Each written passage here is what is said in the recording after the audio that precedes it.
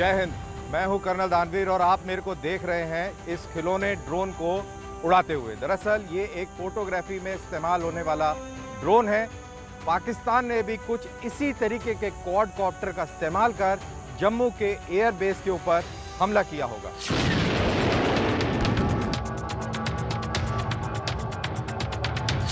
भारत पाकिस्तान सीमा पर तैनात भारतीय फौजी हों या जम्मू और कश्मीर के अंदर पुलिसकर्मी, ये सभी इस ड्रोन की चुनौती को बहुत गंभीरता से ले रहे हैं। जिस रात जम्मू एयर बेस के ऊपर ड्रोन से हमला किया जा रहा था, उसी रात इस्लामाबाद में स्थित भारतीय दूतावास के ऊपर भी ड्रोन उड़ाए गए। इस पूरी ड्रोन चुनौती पर जम्मू और कश्मीर के डीजीपी दिलबाग सिंह का क्या कहना है, आइए जान लेते हैं। उसी रात को जब ये अटैक हुए, एक और अटैक सिविलियन टारगेट्स पे होने वाला था, जिसमें एक आईडी, बहुत बड़ी आईडी भेजी गई थी, जिसको किसी क्राउडेड जगह पे, रिलीजियस जगह के ऊपर लगाने के हदायत दिए गए थे। और उनका मकसद ये था कि बड़ी तादाद में सिविलियन कैजुअल्टी होनी चाहिए। ड्रोन की चुनौती बड़ी है और गंभीर है, और एक बार इसका टेरर एंगल स्थापित हो गया तो जम्मू कश्मीर पुलिस से लेकर सेना मुस्तैद है। ड्रोन से बचने के लिए जो भी तकनीक फिलहाल सेना और पुलिस के पास है, उसे चाक चौबंद कर दिया गया है। पाकिस्तान एक तरफ सीमा पर सीज फायर की बात कर रहा है तो दूसरी तरफ उसके भेजे हुए मिलिटेंट जम्मू कश्मीर में काफी मुश्किलों के बाद लौटे अमन को और लोकतांत्रिक प्रक्रिया को लेकर चल रही बातचीत को पटरी से उतारने की कोशिश कर रहे हैं। जम्मू कश्मीर में इस समय सेना तैनात है और ड्रोन के इस खतरे का सामना भी उसी को करना है। सेना प्रमुख नरवणे के मुताबिक भारत और पाकिस्तान के बीच ये लड़ाई एक ऐसी लड़ाई बन गई है जिसमें कभी हम कुछ करेंगे और कभी पाकिस्तान कुछ करेगा। ड्रोन की इस लड़ाई को अपने पक्ष में करने के लिए भारत को एंटी ड्रोन सिस्टम में विश्व स्तरीय तैयारी करनी पड़ेगी। आपको ये जानकर हैरानी होगी कि पिछले साल हुए आर्मीनिया अजरबैजान युद्ध में अजरबैजान की छोटी कमजोर सेना ने आर्मीनिया की नेटो समर्थित मजबूत सेना को ड्रोन के इस्तेमाल से हरा दिया। इसके बाद नेटो मुल्कों के बीच में एक गोपनीय बैठक हुई और कहा जाता है कि अमेरिका ने चिंता जताई कि अगर ड्रोन इसी तरीके से विकसित होते गए तो वो सब कुछ खो बैठेंगे। अब ये हमारे लिए इसलिए अहम हो जाता है कि हमारे इलाका भी कुछ अजरबैजान आर्मीनिया से मिलता जुलता है। अगर जम्मू और कश्मीर के अंदर आतंकवादी इस ड्रोन का इस्तेमाल ऐसे ही करते रहे तो हमारे लिए ये एक बहुत बड़ा खतरा होगा और एक बहुत बड़ी चुनौती। टेक्नोलॉजी का इस्तेमाल भी बहुत ज़रूरी है, वेपनरी का इस्तेमाल ज़रूरी है, ह्यूमन एलिमेंट जहाँ जहाँ पर अपना और उसको सतर्क किया जा सके वो ज़रूरी है। सब तरह का जो ज़रूरतें हैं, चाहे वो टेक्निकल फ्रंट पे हो या ह्यूमन फ्रंट पे हो, उसको बीफ अप किया जा रहा है और मुझे उम्मीद है कि आने वाले टाइम में विल हैव बेटर अरेंजमेंट्स। पूरे विश्व में इस बात को लेकर बहस छिड़ गई है कि ड्रोन इंडस्ट्रीज को बंद कर दिया जाना चाहिए, लेकिन ड्रोन एक हथियार या खिलौना मात्र नहीं, अपने आप में तकनीक का एक आयाम है और इसे पूर्णतः प्रतिबंधित करना संभव ही नहीं है।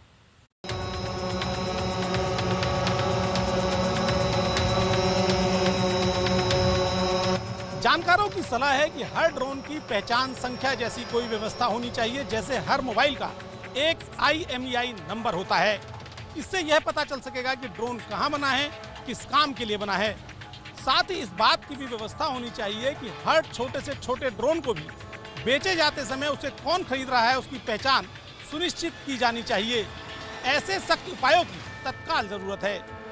ये मेरे हाथ में ड्रोन है और ड्रोन के ऊपर मैंने मास्क पहना रखा है। आप सोच रहे होंगे कि ये मास्क मैंने क्यों लगाया है। दरअसल मैं आपको तजुर्बे से ये दिखलाना चाहता हूँ कि बाजार में मिलने वाले ये खिलौने ड्रोन आतंकवादी घटना को अंजाम देने में असफल हैं, क्योंकि अगर मैं इस मोबाइल को इस मास्क के बीच में रख के उड़ाने का प्रयास करूं तो ये मोबाइल जैसी हल्की वस्तु को लेकर भी उड़ नहीं सकता।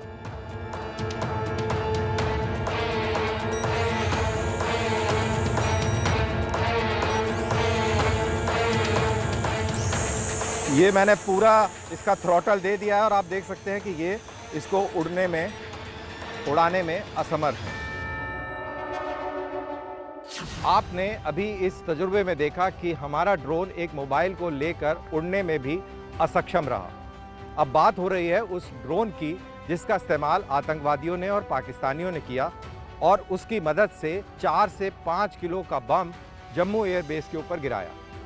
यही कारण है कि 15वीं कोर के corps commander lieutenant general DP Pandey ने यह कहा कि ऐसे वाले ड्रोन रोड के किनारे नहीं बनाए जा सकते। उनको बनाने के लिए उत्तम तकनीक की आवश्यकता है और साथ ही उनको डिटेक्ट करना और उनको गिराना वो भी कोई आसान काम नहीं है।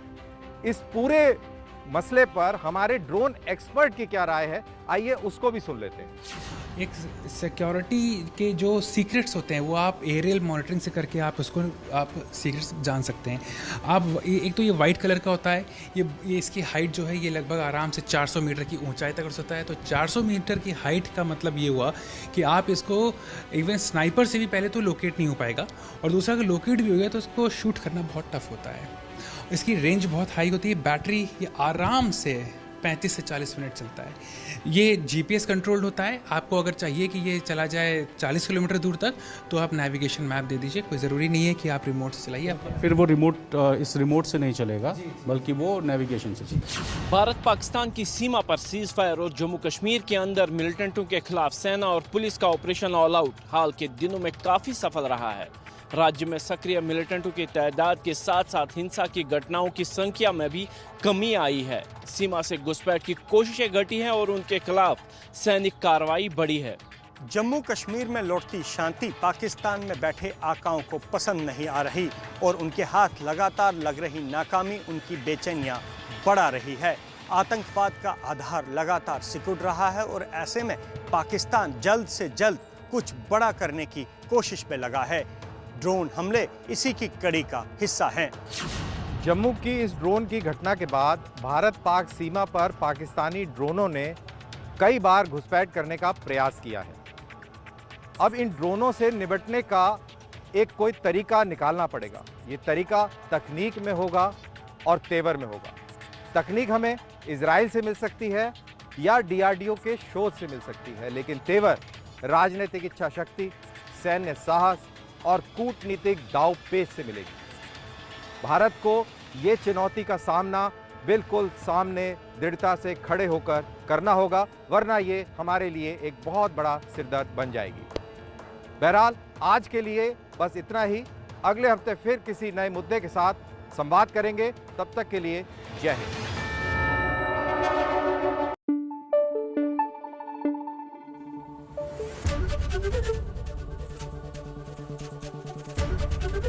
एबीपी न्यूज आपको रखे आगे।